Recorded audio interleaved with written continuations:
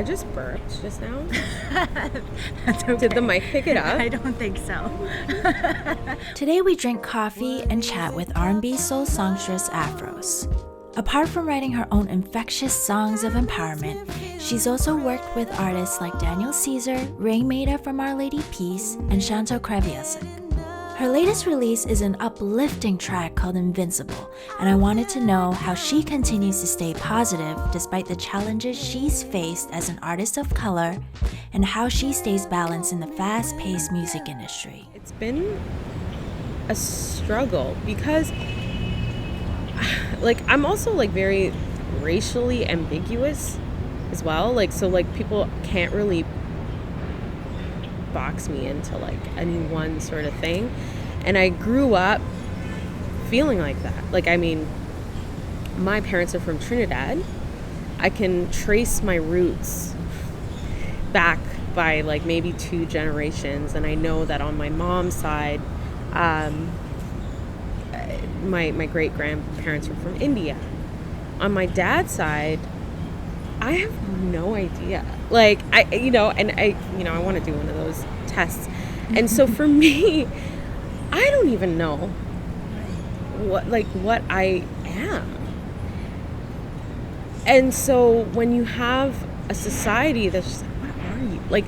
And they're trying to fit you into a box, and it can feel so I feel so lonely. I feel so alone because it's just I don't really see a lot of examples of people that look like me doing R&B, soul, but even my music is also not it doesn't strictly fit into those boxes either, because there are elements of soul, there are elements of 90s R&B, there are elements of hip hop, there are elements of folk. I don't know, I grew up listening to just a variety of genres of music, and I'm just inspired by what I'm inspired by. And when people can't define you,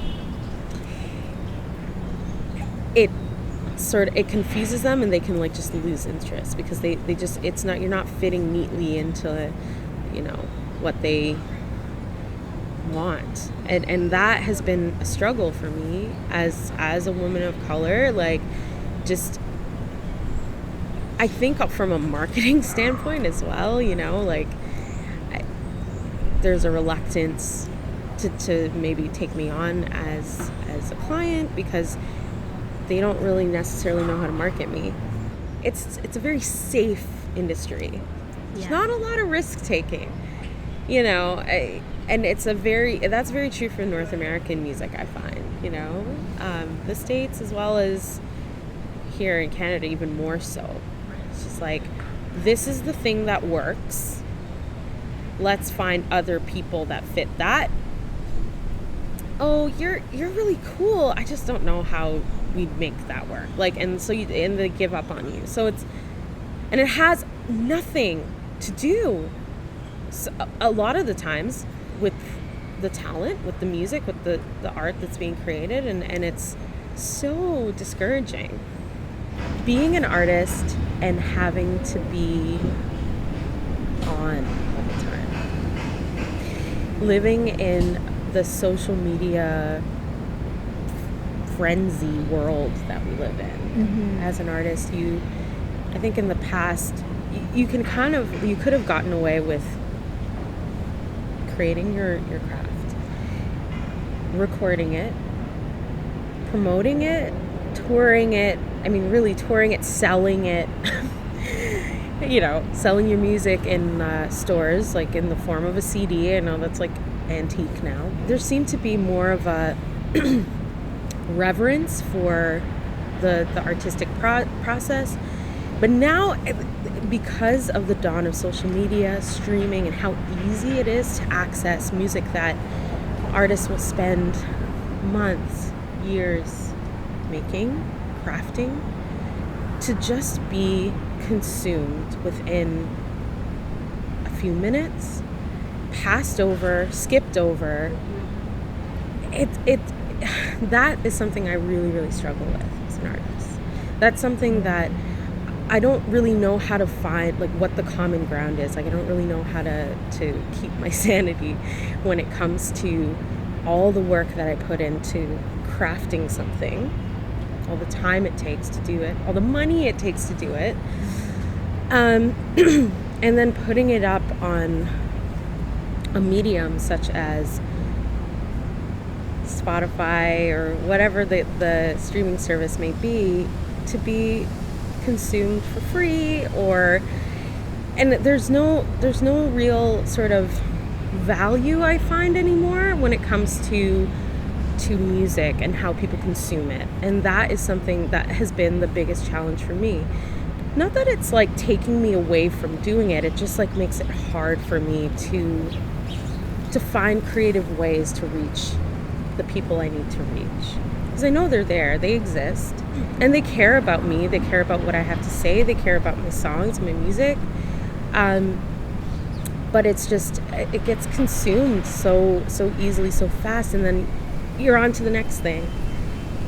And then, you know, and so like, and you've got people saying, you know, industry type folk kind of breathing down your neck and being like, okay, so like, when's the next thing? Kind of like, you need this, you need that, you need this. And it's just like, I'm tired, I'm exhausted, I've just spent like all this energy. So that has been the most challenging thing, is just like learning the ropes of the social media world. Yeah. And how it parallels with being an artist. When we start to go off the rails in thinking, it never comes from a place of gratitude. It comes from a place a little bit of selfishness. And we kind of have to be that way as artists. But if we are always down on us, like, oh, like I wish this happened, like, oh, like I wish I did this, or like this person would pay attention to me, like what do I have to do? Blah, blah, blah.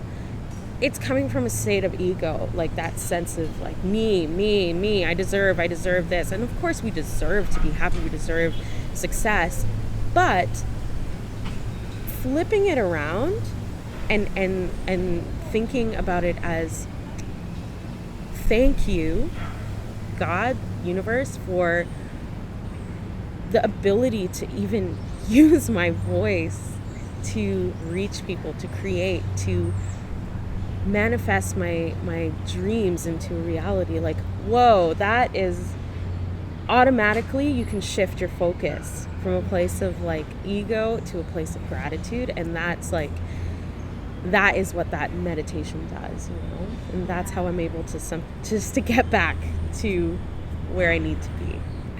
So I have this amazing balcony, and you know, so if I'm home at the right time, like when the sun is setting, I just sit out there and I just stare at the sky. And I really... And you have some songs about the sky too, I do. Which is amazing. There's literally one song called The Sky.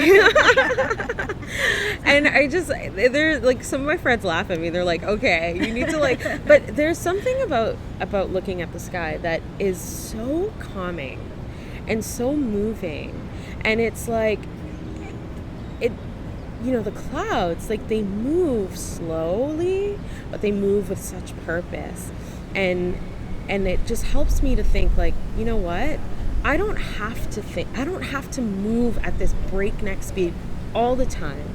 I can move slowly at my own pace with purpose. And it helps to just like center me and you know, especially when I'm looking at beautiful colors and how they shift and they change, and it's just I live for those moments because they help bring clarity to my mind, to my soul. See? You know? Mickey Mouse ears? I guess, Kinda, yeah. Or like I see like a little butterfly. Is that what you're talking about? Yeah. Or 4-leaf clover. There you go. We're really digging deep. Yeah.